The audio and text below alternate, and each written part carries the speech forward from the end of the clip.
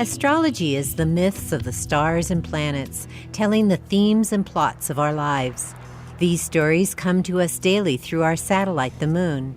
She is constantly spinning astro news. Hi, I'm Merrylin Leblanc with Moonwise. Back on November 10th, Daniel Fiverson and I began a series on the Pluto generations. Those represent people born during the years Pluto was in a specific sign. In November, we talked about those people born with Pluto in Cancer around the second decade of the 20th century to the end of the 1930s. In December, we talked about the Pluto in Leo generation. That's Daniel's and my generation, beginning at the end of the 1930s and ending in 1958. In January, we talked about the Pluto in Virgo generation, beginning in 1958 and ending in 1972. In February, we addressed the Pluto in Libra generation, beginning in 1971 and ending in 1984. Last month, we talked about the Pluto in Scorpio, no, not last month, the month before that, the Pluto in Scorpio generation beginning in 1983 and ending in 1995. Now, last month we talked about the Pluto in Sagittarius generation beginning in 1955 and ending in 2008. So today we will talk about the Pluto in Capricorn generation. Those are people born in 2008 up until 2024. These are young people, obviously, today. Now, some of these last generations, beginning with the Pluto in Scorpio generation, the Pluto in Sagittarius generation, and the Pluto in Capricorn generation, are also called millennials.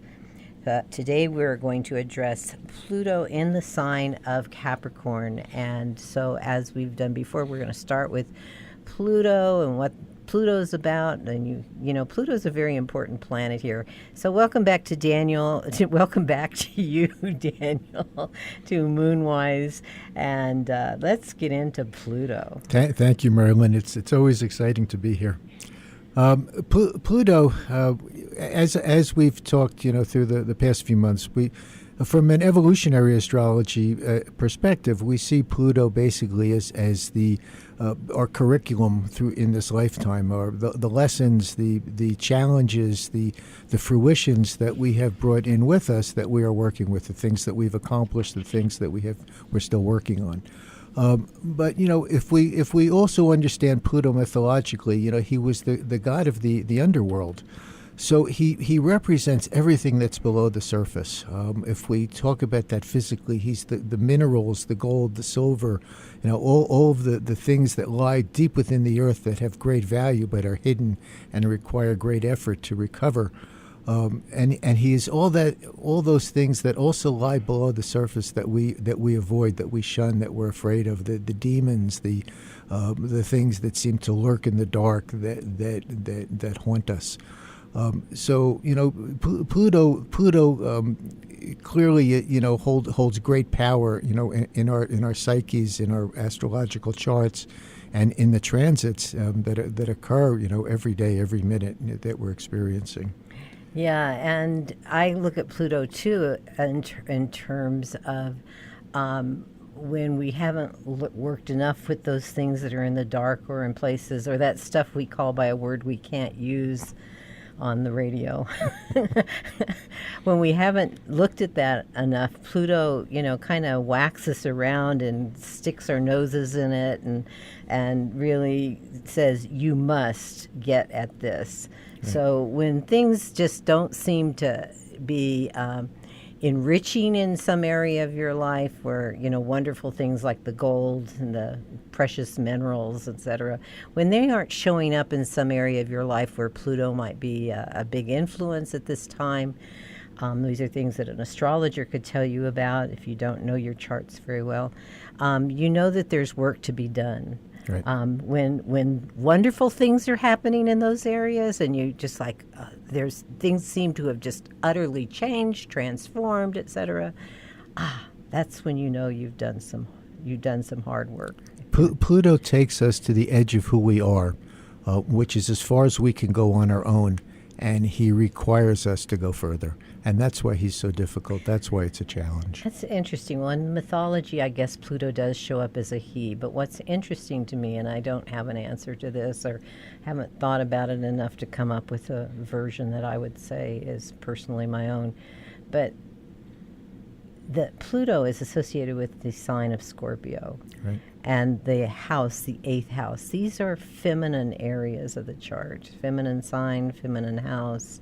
Not, female, but feminine in the sense of receptive, Not being open, the night, accommodating, etc. Yeah.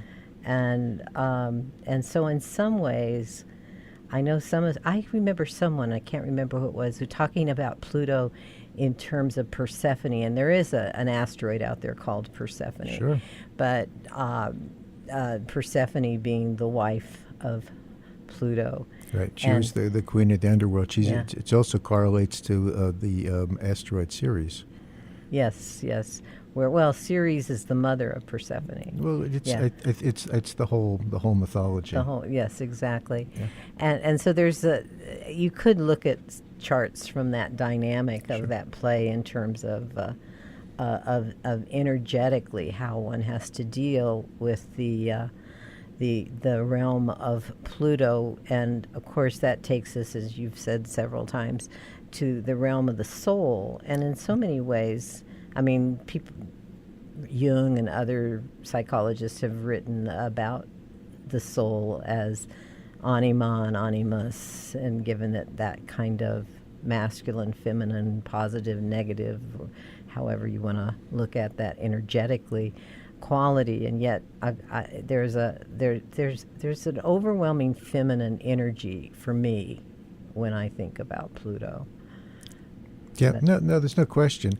And, we also, to some degree, it's another perspective is to learn to have a little bit of compassion for Pluto. He had no temples that were built to him. Nobody came to worship him. He had to come up from his underworld, even to for anybody to know about him. So it's. I'm not saying I'm giving him any credit for any of this, but he took whatever he wanted, and he had all these riches. Who cares? He's at least understood, I think, of all of the inhabitants of the Greek pantheon.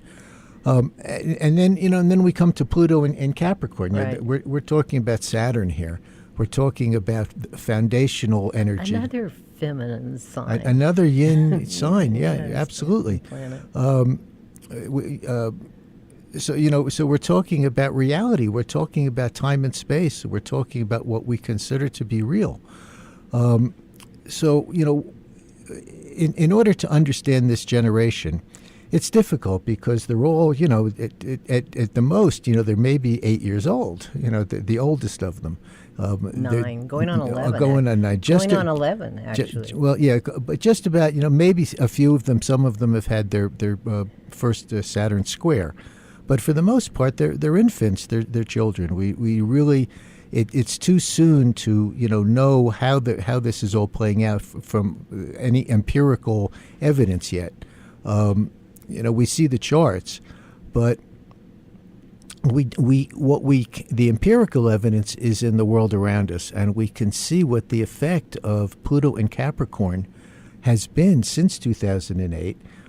How it has changed the foundation of the world literally the ground we stand on. Well, to give our audience just a little peek at that, I was thinking about that. That's when Obama became president of the United States, right? At the end of 2008, right? Right.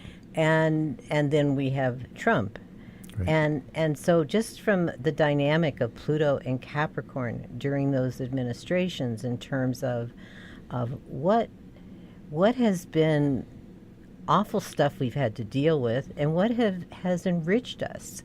And with the Obama administration, from a good side, I would say the Affordable Care Act, Obamacare, would be something, looking at healthcare and how it needs enriching, and in that perspective. However, on the other hand, in that same administration, what still needs actually to be dealt with from a negative side is, the drone killings in Yemen, for example, that, Obama allowed to go on, and I don't know to what extent they're still going on, but, it's sort of like Capricorn has to do with structures. Right. Whether it's the structure of our health or the structure of our institutions that deal with health, the structures of our institutions that deal with peace and war in the world, etc. We've seen in the first administration, while Pluto was in Capricorn, we've seen both the positive and the negative in that respect, I think. And of course, in Trump's administration, Right. You don't even have to finish that sentence. I think everybody could come up with a list. I think, if we distill it down, there are a lot of people who feel that Obama was a great president. There are some who, felt that there were a lot of flaws in his presidency. I think that the single important event that occurred were not the policies or the bills or laws that got passed during his administration. I think it's the fact that a black man was actually elected to the presidency is the major event here. And I think that this is what history will remember 100 years from now, not necessarily anything that he did or didn't do when he was in office, because like any president, he's subject to the presidency. He's not a despot, though we have one who would like to be. Mm-hmm. He still has to march to the drum of his party and to most of the consensus. He cannot act alone. He's not independent. Well, and there is that play on the metaphor of darkness that we have with Pluto. The ruler of the underworld, the dark world, and then the dark man in terms of skin color, et cetera. There's that play in that respect, and so it's an interesting. Even though Pluto was in Capricorn when this country was founded, and dark people in this country were enslaved, so there's definitely this play in that. So I think that this kind of paints the picture of the challenges that this generation is coming into, being born with, if you would. This is their inherent lesson plan, because this is the world that they're inheriting. Back in the early 2000s, I guess, or 1990, Eckhart Tolle's book, The New Earth, ran on the New York Times list for I don't know how many weeks and months. It's not on that list anymore, but the meme, I think, is still very active and embedded in our zeitgeist. And I have always held this belief, or maybe it's my wish, that it is the Pluto and Capricorn generation who will build the new Earth. Capricorn, that's what this combination of dynamics and archetypes implies to me. That the Earth and everything that stands on it, as we consider it, all the levels of civilization are being rebuilt literally from the ground up. And it's a painful, difficult situation, because first it needs to be dismantled, reorganized, and reimagined, redreamed. But the dreamers are here. We are seeing the dreamers, but their voices are still being drowned out by the naysayers and those who want things to return to the way that they were. You say that so positively, dismantled. I'm thinking in terms of the structures instead of just utterly destroyed, which is a Plutonian activity. And they're not being destroyed. They're being dismantled. They're being rearranged. They're being dismantled. They're being reworked. It is a reworking. It's a transformation. It's not just total devastation and destruction. But certainly there's collateral damage. I mean, we are seeing things that are going by the wayside, and it is also opening up tremendous rifts in our culture, ideologically, in terms of the polarity that is emerging, and what really is being represented here. Is Saturn and Pluto. They're totally unlike each other. So we're seeing, this increase in polarization, which is really ramping up, and I think that's the pressure that we're feeling because everybody's being forced one way or another to take sides. Right. Well, you're listening to Moonwise here on KSFR 101.1, where you can always listen to podcasts by going to our website, ksfr.org, where you can stream and also listen to podcasts of shows past. It's time for the Moon Minute. Daniel Fiverson and myself will be back shortly. Stay with us. Welcome back to Moonwise. I'm Merrylin Leblanc with my guest Daniel Fiverson. We're talking about Pluto in Capricorn and a little bit about those people. They're young people, very young people, 11 years old and younger, who are born or being born these days with the planet Pluto in the sign of Capricorn. And Daniel, you know someone in this generation, a young child, and what have you noticed or been told about that looks like it's reflective of this generation? Well, one of the things about this child, and just to back up, a moment, many of these children, many of these kids are being born under either an applying or separating or exact Uranus-Pluto square, which we all experience, but we don't all have it in our birth chart. We all have it by transit. So to a great degree, a lot of these kids are going to have Uranus or Pluto. Some of them, a percentage, are going to have Saturn and Pluto, which are squaring 90 degrees apart from each other, which corresponds to the angles of the chart, literally having those planets on an angle, having it on one of their identity points on their chart.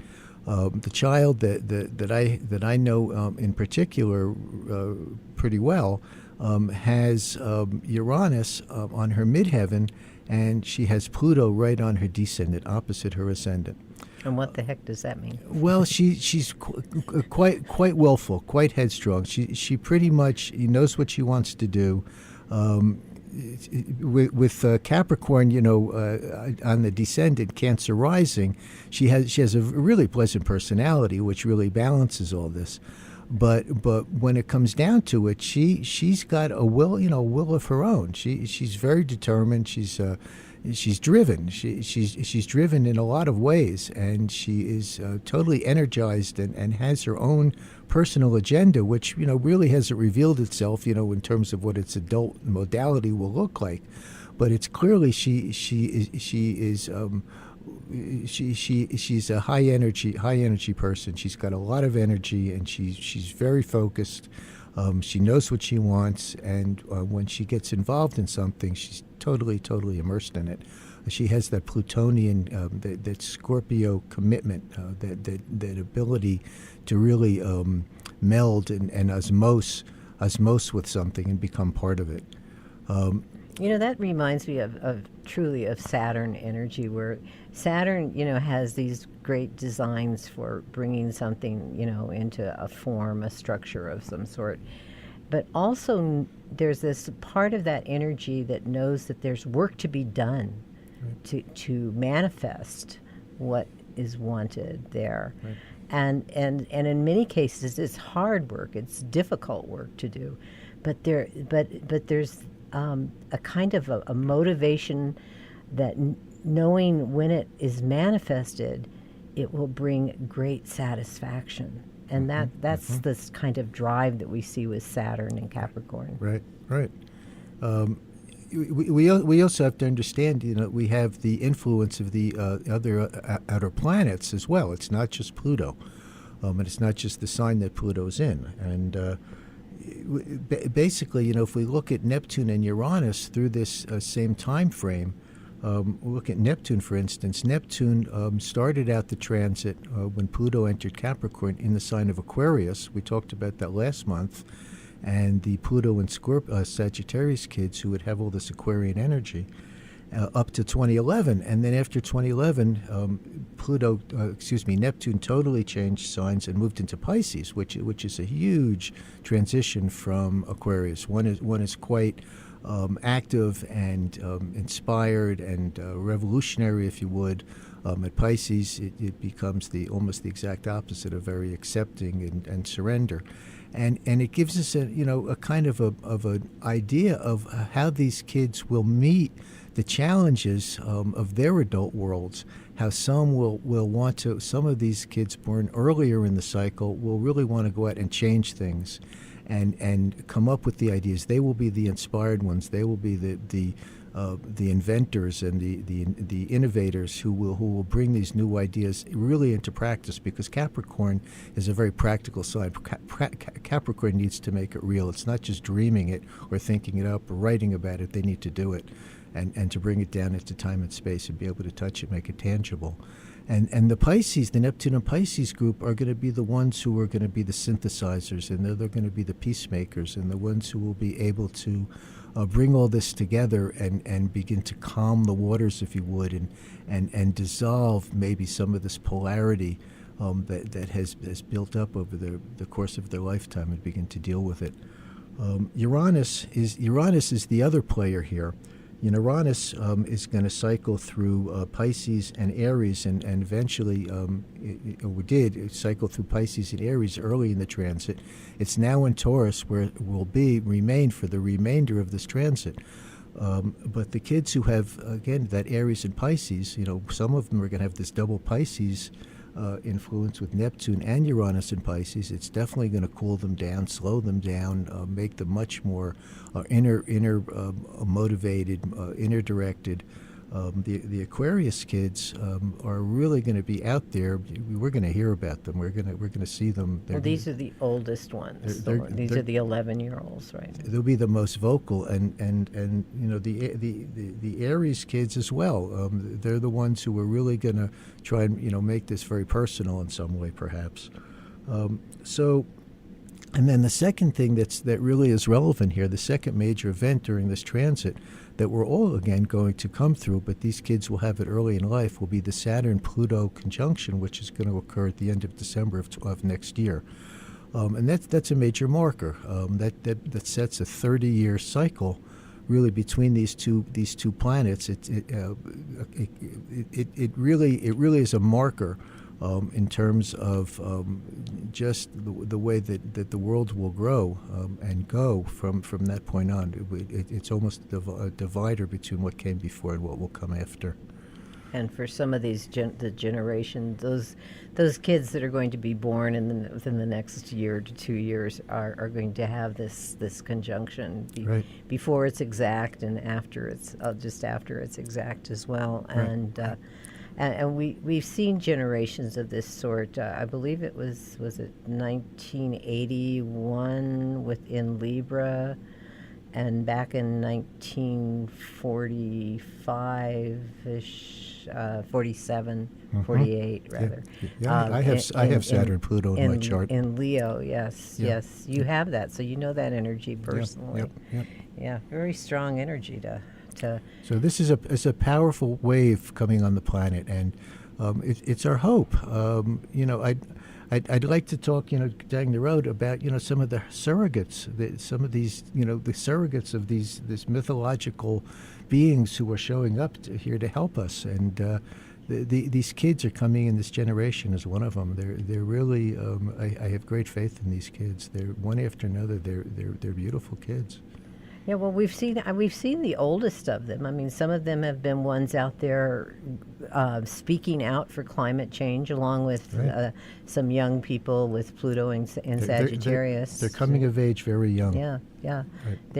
And they've expressed their fears. These young children, you've seen them on the news or heard them on the news, expressing their fears about what's happening with this planet, which is a very Saturnian thing. I mean, Saturn is.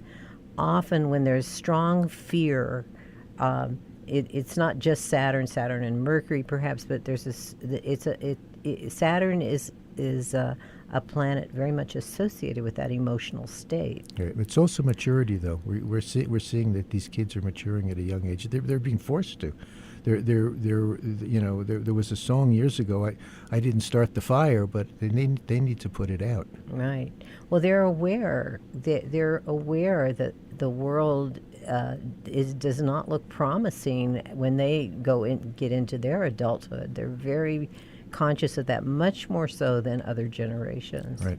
I mean, like our generation, Pluto and Leo is like the eternal child, Oh, we're never going to be old. We're never going to we're always going to be able to play and have fun and be creative, etc. But with this generation, they want to be creative. Actually, Saturn, without strong Saturn energy, we do not manifest any kind of creation. Saturn on this and Capricorn creates things happen with Saturn and Capricorn. But they're looking at it from the serious. This is work, folks. This is serious business.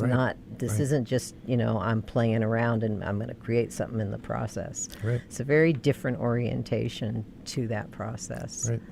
So, any final words about Saturn and Capricorn and Pluto and Capricorn this generation? Well, there are lessons here for all of us. There are lessons here to recognize that we need to take responsibility, Saturn's responsibility. We can't wait for this generation to come over and fix things. We have to already create the movement and the ambiance, if you would, the base, the foundation for these kids to stand on, to be able to speak what their truth. Okay, well, Daniel Fiverson, thank you so much for being my guest today, and don't forget you can hear this again on the podcast. Coming up next is Climate One. You're listening to KSFR, White Rock, Santa Fe Public Radio for northern New Mexico and the rest of the world as we stream on the web. And this is the end of our series of Pluto in certain signs generations. But Daniel will be back and we'll be talking about other things. So stay tuned. Have a great week.